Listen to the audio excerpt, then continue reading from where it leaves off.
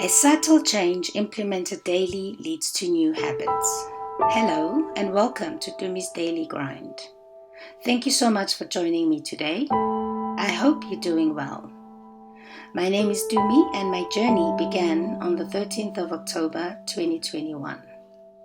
If you are new, here I talk about recovery, spiritual growth, mental health issues, sobriety, relapses, and spiritual well-being, focusing mainly on the daily work, the grind, that goes into finding peace of mind, contentment, and freedom from addiction.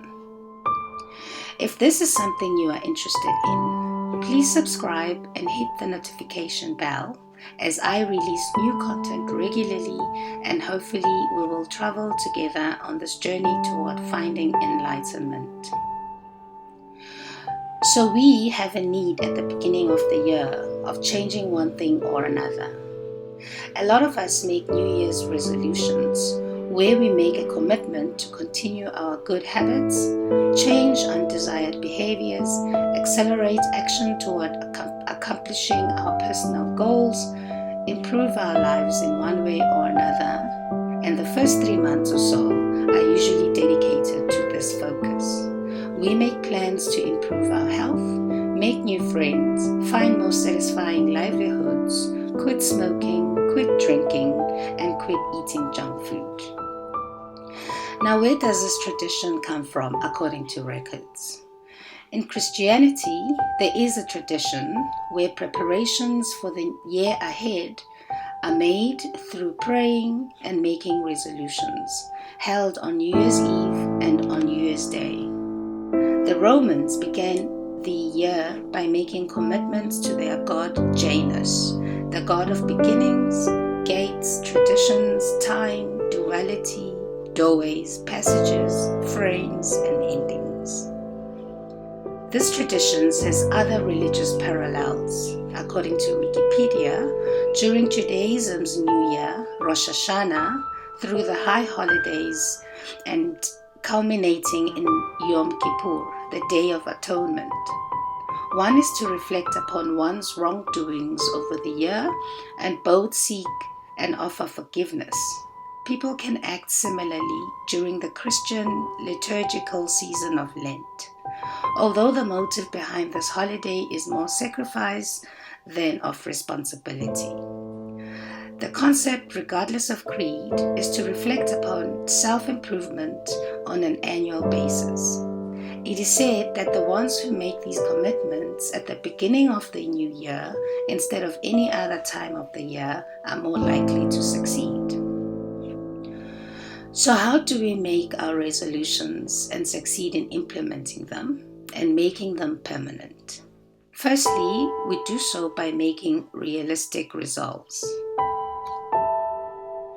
We make SMART goals, and SMART is an acronym that stands for specific, measurable, achievable, realistic, and timely. It is advised that the resolutions be clear, unambiguous, and concise, with a specific criteria that measures your progress. The resolution has to be achievable and realistic, ensuring that they are within reach and relevant to your life and have a clear set out timeline with a beginning and a target date. When making these resolutions, please ask yourselves, who will be involved? What do I want to accomplish? Where do I need to be to accomplish this goal? By when does this goal need to be accomplished?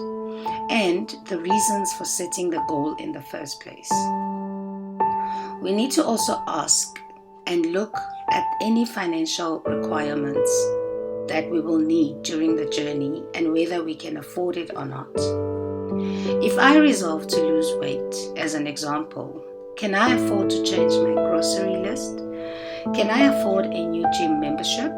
Can I include an hour in my daily routine to focus on exercise? And if not, what other alternatives do I have to make this goal an achievable one? A subtle change implemented daily leads to new habits. We are beings of habit and follow certain patterns daily. These patterns are ingrained in our minds and have become who we are and determine what actions we take on a regular basis, making change somewhat difficult to attain. Because a pattern is repeated or regularly acted on and is defined as a series of actions showing how things normally happen in our lives, we can change through creating new patterns as a replacement of our old undesirable ones. Once we have determined what exactly we want to change or improve, we can then use the desired replacement and practice it regularly. According to a 2009 study published in the European Journal of Social Psychology, it takes 18 to 254 days for a person to form a new habit. The study also concluded that, on average, it takes 66 days for a new behavior to become automatic. It is sometimes said that it only takes 21 days to break a habit. However, we are all different, and the length of time it takes to break a habit can depend on a lot of highly personal factors. I am on day 80 of my new journey and have successfully dropped some bad habits and still working on others. My journey toward finding enlightenment may take a lifetime, and I am prepared to enjoy every step I take toward achieving that goal. With me, this time around, it was not about stopping my bad habits, but more about starting on a new, positive journey to achieve spiritual growth and serenity. So how am I doing it, and how have I gotten to this point? I focused on the positive aspects and still have. A somewhat good routine, a good support structure. I have access to professional help through a psychologist. I have a sponsor. I have a very supportive family, and lucky enough to have friends who are encouraging the change instead of resisting it. When I say to my mind, I am going to be taking something away from it, I find more resistance. So instead, I look at it as a giving of something new, opening another door instead of closing the current door. So instead of focusing on removing what my mind perceives as fun, enjoyment, and coping mechanisms, I give myself new fun and joyous things as an immediate replacement, such as daily walks with my son, writing, increasing my knowledge, having good conversations with productive and positive people. I am discovering daily how enjoyable these new habits are. Having the extra hours during the day to fill with meditation, prayer, being outside, cooking healthy meals, and being creative in whatever way I can. I really enjoy the time I placed aside for daily gratitude lists and daily affirmations. I have time now to have conversations with my higher power and, most importantly, be present in my daily life. I have clear goals that no fogginess can hamper. The use of mind-altering substances for me was really stealing time to really enjoy life and appreciate it for what it is. I now don't have cravings to mask my pain, depression, and anxiety and be a different me to feel better and impress others. I only have to live through it and deal with problems with a sober, clean, and clear mind. I can now focus on what is important to me, and that is overall well-being, my health, my spirituality, generosity, and self-care. Because when I am well, everyone around me is well. If I give 100% to life, I will receive back 100%. To achieve these results, subtle changes have to be implemented daily. Sometimes going cold turkey creates a difficulty that some of us cannot handle, causing us to give up before the miracle happens. We need to be patient and be willing to take small steps with urgency to change our automatic reactions to our circumstances. Automatic processing does not require us to pay attention, nor do we have to deliberately put in effort to control automatic processes. Automatic processes occurs without us giving much thought to it.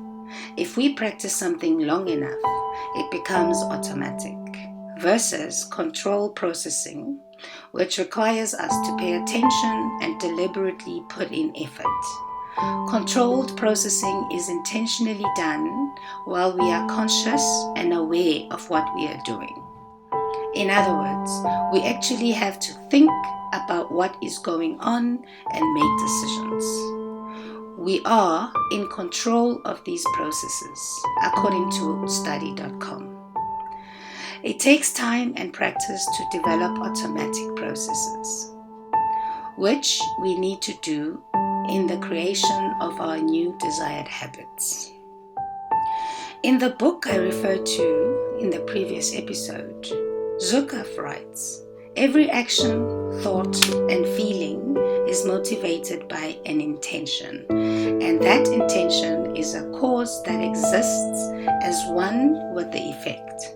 If we participate in the cause, it is not possible for us not to participate in the effect. So the question then has to be asked, what is the intention? As your reality is directly lined to your intention, and the results of your achievement will be directly derived from your conscious or unconscious intention.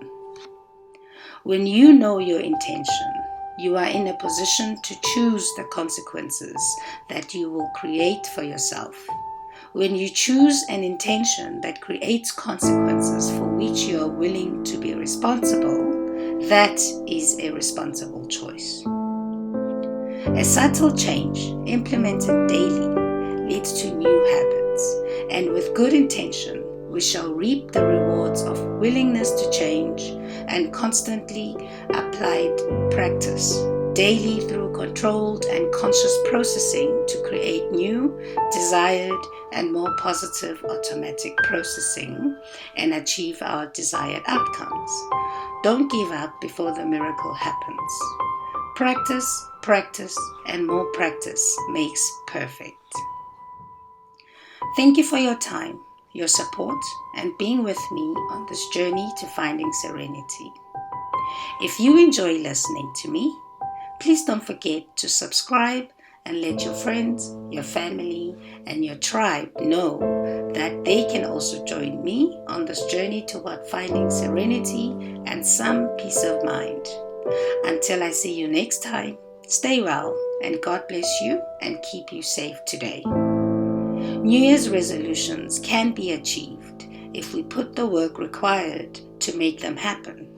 We just need to be diligent with the work required to achieve our goals and experience serenity and peace of mind. The answers are right in front of us and will be revealed if we truly seek them. Let us be present, conscious, and intentional in our lives so we receive intentional, positive consequences. If you have a suggested topic you would like me to cover, please do not hesitate to let me know under the comment sections, and I will be more than willing to oblige. Goodbye for now and have a fantastic day.